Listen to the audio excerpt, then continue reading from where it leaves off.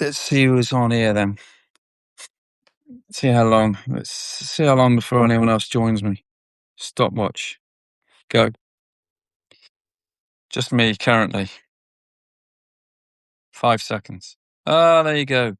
John, you took 7 seconds to join me, mate. How you doing? I hope you are well. I'm always fascinated with two Johns. I'm always fascinated with during the day, sitting by the pool. During the day, people that are just looking at their phones and see a notification. That used to be me. Used to be me. Now I've got a hell of a lot better at allocating time during the day where I have my phone on me. And those are the only times, really. So if you do message me, I don't get back, please don't take it personally. It's just not my time to have the phone in my hand. And you know what? The most important thing is I was with Seb earlier on, and he's like his mum. He's really good at talking now. And he said, "Daddy, I wish you didn't have your phone in your hand quite as often." I said, "Okay, why is that?" And he said, I just want to play with you." So I'm like, even more reason to just allocate certain time to have my phone in my hand. John, sounds like you got it tough sitting by the pool. Yeah. That's what I'll be. You need to let me know as soon as you can about Westonbrook. It'd be good to have you and Will there. But understand that a few things got to slot into place in order for that to happen. I've got two things just quickly. We are house sitting in Bexley for Emily's best mate. And we're in Bexley. We've only moved to Devon a month ago. And before you know it, we're on the road. Came here last Friday. And yeah, the busiest Friday to travel. Took us 8 hours from Devon, where we are in Devon, to Bexley. So that was fun. 2 kids in the car for 8 hours. But the house is lovely. So that's where I am currently, and have been since last Friday, and will be until we leave here on Sunday. 2 things I want to follow up. When I was on one of my last calls, I said my opinion about club bowlers that have a belief that they ought to be playing pro cricket or the next level up.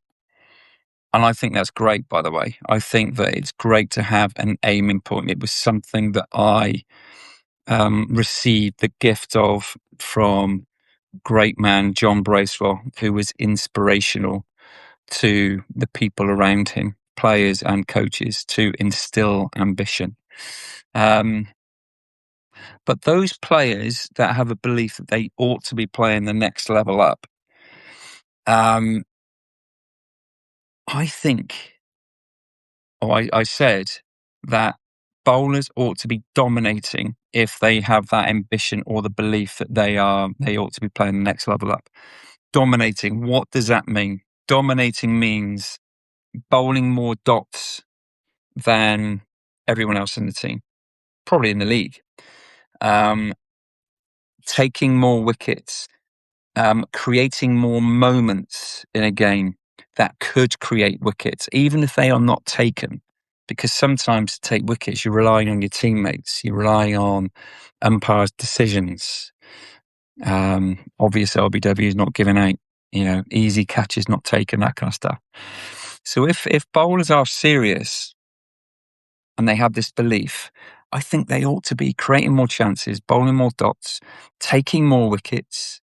Because if a chance goes begging, those bowlers will find a way of creating another chance very soon after. I honestly believe that this day and age, you're restricted turnovers, 60 balls. I honestly believe, I said on my previous call, every three, maybe it's three every fourth game, you ought to be taking 5 wickets.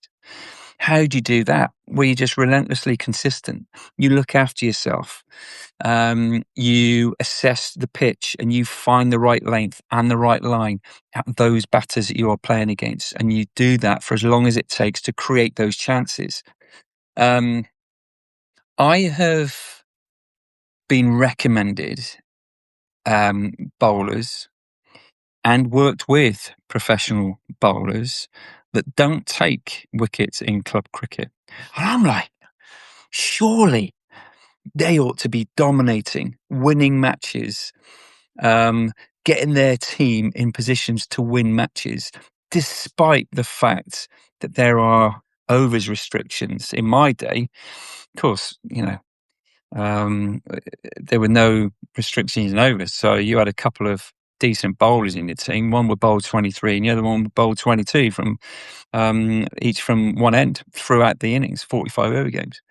But I understand the restrictions. 60 balls every fourth game. You ought to be taking 5 wickets.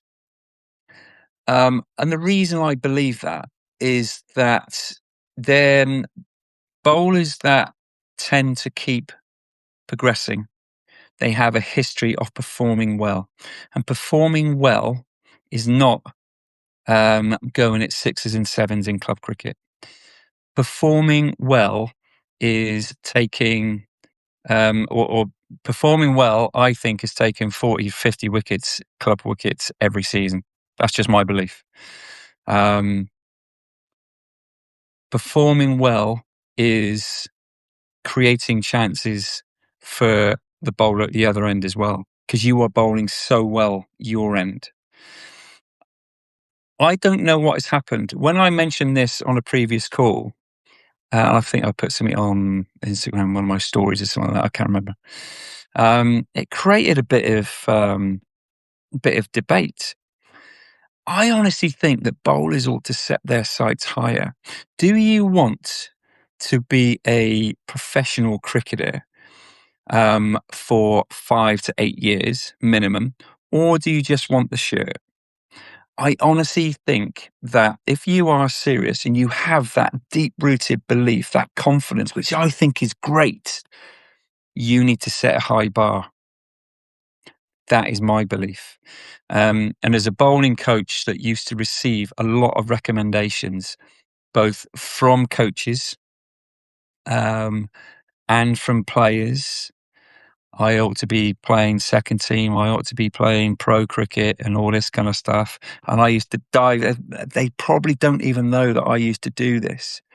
I used to dive into, well, let's see what you are doing in club cricket. Let's have a look at the standard you're playing. Let's have a look at national counties cricket, as it's called now. How are you performing in that? Bowlers, you ought to be performing bloody well, consistently well, if you are serious. Some people say they ought to be playing higher standards. It's got a bit of a chip on their shoulder for some reason. Those people aren't always serious. Not inwardly serious. They might say it, but do their standards and their training and the way that they talk about the game and the way they look to add value to their team, does all of that, when it's put in the mix, stink of that player desperate to play the highest level? Are they looking for ways to challenge themselves big time at training? Or, as I've seen a number of times, even pro cricketers, do they just come in off a shorter run, running in slightly slower than they were doing it in a match, bowling big no balls, and just there for the banter? Because if you are, this is where a lot of club cricketers, you actually get worse across the course of a season. You don't get better because your standards at training, and training is an opportunity to improve throughout the season. Your standards at training do not show themselves to someone who is desperate to play the next level up and see the season and every training as an opportunity to get better, to bowl even more balls in a good area, to practice taking wickets at training. Because don't forget that players that generally progress and get those contract opportunities and get those opportunities to put themselves in a window, they have a history of performing. Performing for me across a whole season is not taking 20 to 25 wickets. For me, that does not excite me. A bowler that takes 5 wickets every 4 matches, and in between all of that, you're taking 2s and 3s, and you're bowling maidens. That excites me. Wow, something that jumps off the screen when I look at scorecards. So the last time I said this, it created a little bit of a stir because of bowlers' restrictions, because of workloads, all this kind of stuff. I'm talking about bowlers that plan their weeks really well, that allows them to bowl a full quota when they play club cricket on a Saturday. I fully understand that pro cricketers, when they go back and play club cricket, are often on restricted overs, and sometimes they're not allowed to bowl at all. I have been one of those, county bowling coaches that often will make a decision. Yeah, you can play, but you're only bowling one spell of 4 or 5, or you can play, but you're not bowling because of what they've done during the week. I've been that guy that pisses clubs off. I make no apology for it because decisions like that are not taken lightly. And most of the time, coaches understand the implications of, on clubs, selection. Somebody else has got to come in and bowl their overs if they are on restricted, or they're not playing at all. So I get that.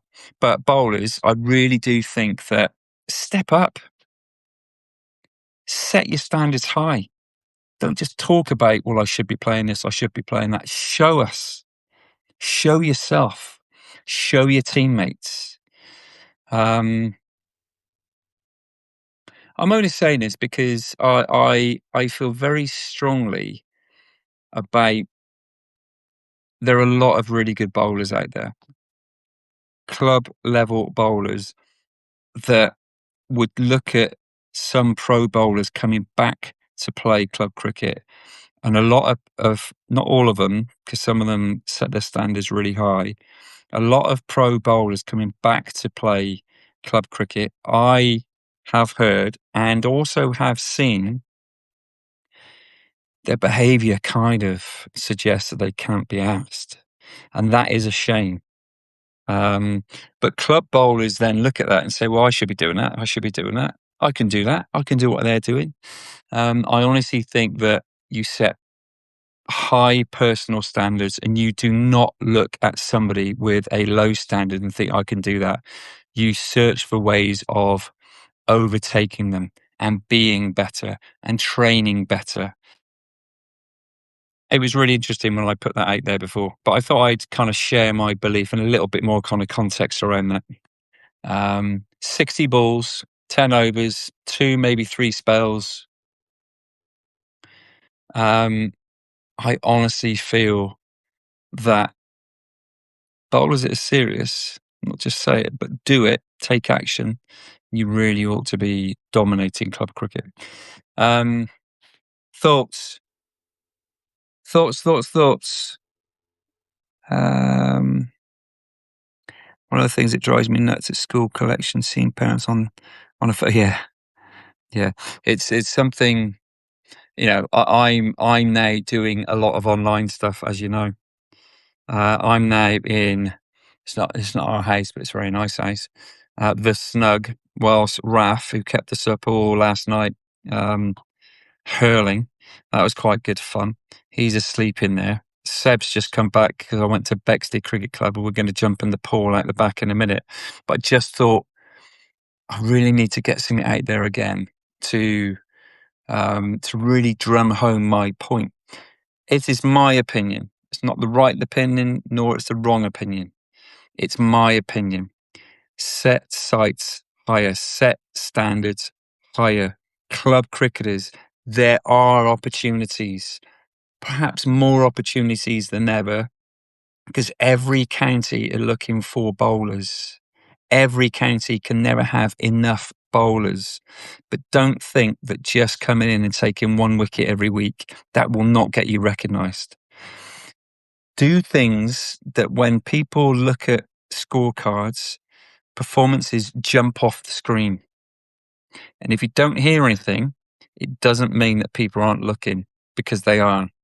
You perform well, your performances jump off the screen consistently, that will get you talked about.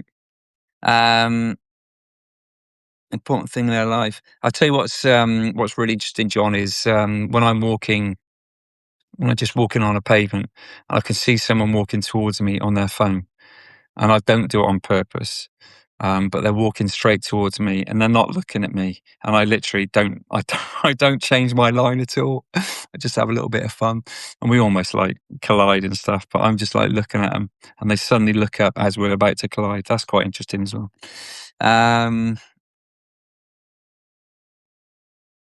Yeah, that's what I was talking about earlier on. When either of the boys are wanting mine and Emily's attention, I really don't allow screens to get in the way of giving them that attention, because I don't want them to have a negative feeling about phones. I mean, phones are amazing. What they can do now. So Seb's 6, 7 in September, Raf is 4. Just imagine what they can do on their phones when they get older, business-wise, opportunity-wise. Who knows? Star Trek, teleportation. Who knows? Right, that was it. Dixie, thanks for coming to join. I just thought I'd pop on. I wasn't expecting many people to come on it, but this is really good live, because it chops it up and it gives me a load of videos that I can share. All right, so please listen to it back. As a bowling coach, I see bowlers talk a great game, but we can all talk a great game. Can they put stuff in action? That's my main point.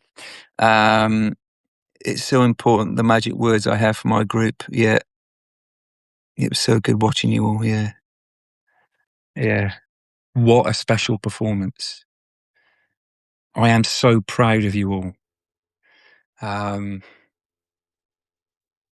We may not have won the game, but I'm so proud of all of your efforts. I'm proud of how, Sophie, you ran in from the boundary to back up. I'm so proud of John, your throws, your accuracy of your throws. It's all about process for me. You champion the process, and eventually you keep doing that. You champion effort, positive language. You can put something in there about, okay, one thing I just think we could do slightly better is, let's work on ways to bowl slightly less balls down the leg side. So I know that in youth cricket, wide's an extra batter in most cases. So I do think that there's an opportunity when coaching young players to kind of say, I'm so proud of this. This was brilliant. We need to continue doing this. We need to do more of this.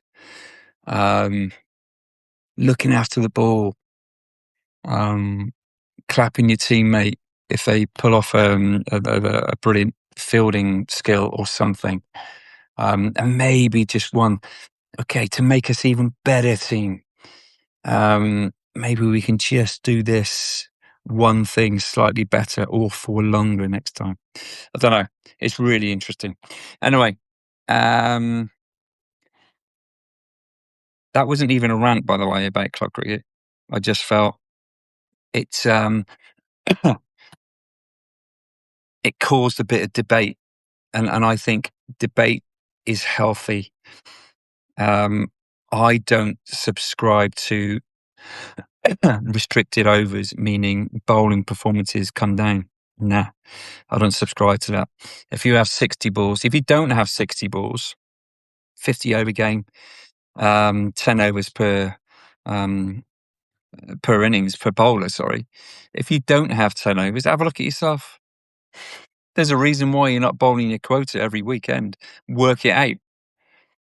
Work it out. What do you need to do better in order to be the bowler that always bowls your maximum quota every Saturday? What do you need to do? Get feedback. Some people shy away from feedback because they think they've already got it all. Feel sorry for themselves. John, enjoy your beer. I'm just about to go and have a little swim just out the back. Thank you for jumping on. I never take this stuff for granted. I really don't. And I'm hoping that you are enjoying the newsletter that I sent out earlier on today, which is a true story. All of my stories are true. And this one involves me losing another regional final. Is an interesting one. Right. Have a great day. John, catch you soon.